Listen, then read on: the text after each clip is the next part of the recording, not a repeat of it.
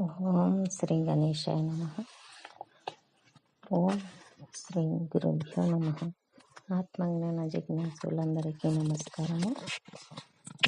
ఈరోజు మనం భగవాన్ సత్యసాయి బోధనలలోని శరీరాన్ని పవిత్ర కార్యాలకు వినియోగించాలి అనే అంశాన్ని గురించి చక్కగా తెలుసుకుందాం.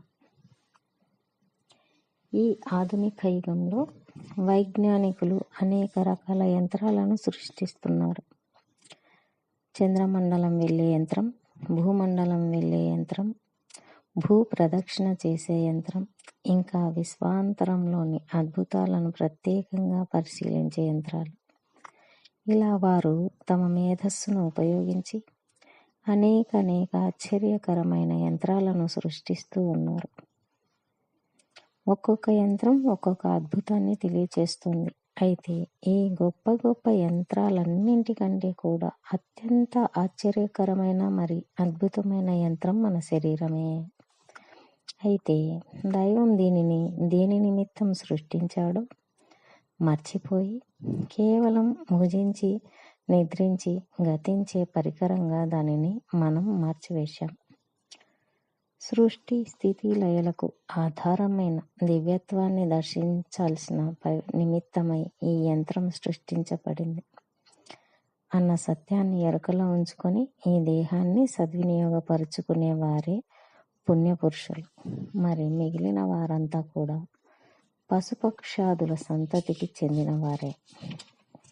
ఒకసారి ఒకానొక మహనీయుడు కాలినడకన ఒక గ్రామం నుంచి ఇంకొక గ్రామానికి ప్రయాణమై వెళుతూ ఉండగా ఆయన అంటే గిట్టని ఒకడు ఈర్ష్యా దేశాలతో అనేక విధాలుగా దూషిస్తూ ఆయన్ను వెంబడించాడు. అయితే ఆ మహనీయుడు మాత్రం మారు పలకకుండా పరమశాంతంగా తన ప్రయాణాన్ని కొనసాగించి కొద్దిసేపటికి తాను చేరుకోవలసిన గ్రామాన్ని చేరాడు. ఆ గ్రామ ప్రజలు అంతా ఊరి బయటే ఆ మహనీయుడికి స్వాగతం పలికి ఎంతో ఆదరంగా మరి గౌరవపూర్వకంగా తమ గ్రామంలోనికి ఆహ్వానించారు. అప్పుడు ఆయన, నాతో పాటు వచ్చిన ఈ వ్యక్తి పాపం చాలా అలసిపోయాడు, కాస్త చల్లటి మజ్జిగ ఇచ్చి అతనిని సేద తీర్చండి అని చెప్పారు. ఆ మాటలు విన్న వ్యక్తి ఎంతో ఆశ్చర్యపోయి, నేను మిమ్మల్ని దారి పొడవునా దూషించినా కూడా మీరు నాపై దయ చూపిస్తూ ఉన్నారు, మీకు నాపై కోపం లేదా అంటూ కళ్ళ నీళ్ళ పర్యంతమయ్యాడు.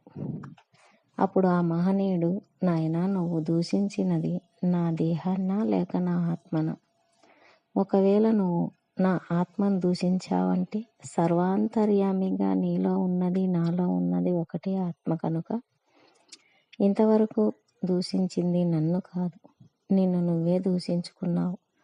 అలా కాకుండా నా దేహాన్ని నువ్వు దూషించావు అనుకుంటే కేవలం యంత్ర సదృశ్యమైన దీనిని దూషించడం నీ మూర్ఖత్వం కాక మరేమీ లేదు అంటూ అతని కళ్ళు తెరిపించాడు.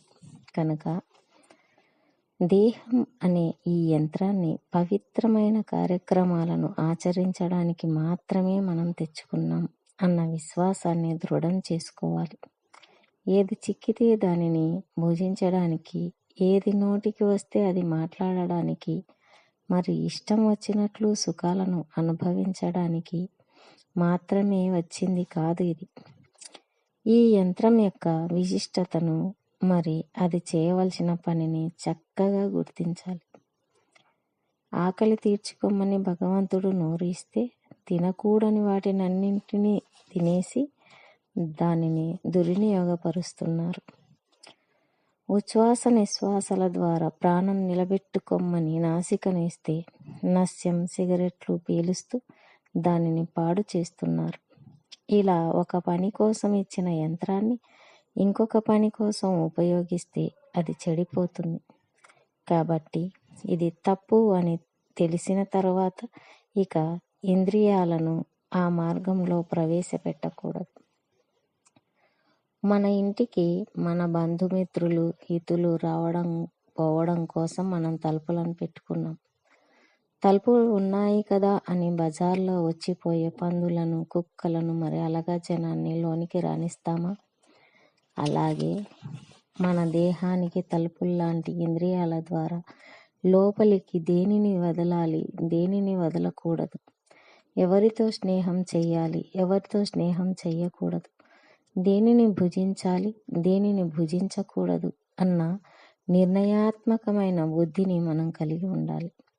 ఇలాంటి బుద్ధిని విశేషంగా కలిగి ఉన్న వారంతా కూడా మహనీయులుగా మరి మహాపురుషులుగా రూపొందుతున్నారు. ఇలాంటి అద్భుతమైన ఈ దేహాన్ని భగవంతుడికి స్థావరంగా చేయాలి. హృదయంలో భగవంతుడిని నిలుపుకున్న వారికి పనులన్నీ తేలిక అయిపోతూ అంతటా జయమే కలుగుతుంది. భగవంతుడు మనకు భుజం మీద ఉన్న అన్నం మూట లాంటివాడు. భుజం మీద ఉన్నంతసేపు ఆ మూట బరువుగా మారి శక్తి తగ్గిన కొద్దీ ఆ బరువు మరింత ఎక్కువైనట్లు తోస్తుంది. ఏ కాలువ గట్టునో కూర్చొని ఆ మూటలో ఉన్న అన్నాన్ని తిన్న తర్వాత అదే భుజం మీద బరువు కడుపులోనికి వెళ్ళి అంతకు ముందు లేని శక్తిని కలుగజేస్తుంది. అదేవిధంగా ఆత్మస్వరూపుడైన భగవంతుడిని బయట వెతికినంతసేపు అది వృధా శ్రమయే కానీ మరేదీ కాదు.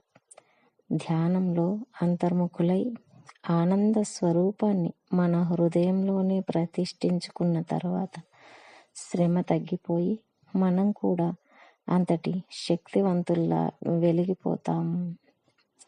విన్నాం కదా, భగవాన్ సత్యసాయి తెలిపినటువంటి సత్యాన్ని మనం కూడా మన దేహాన్ని పవిత్ర కార్యాలకు వినియోగిస్తూ ధ్యానంతో అంతర్ముఖులమై ఆత్మజ్ఞానాన్ని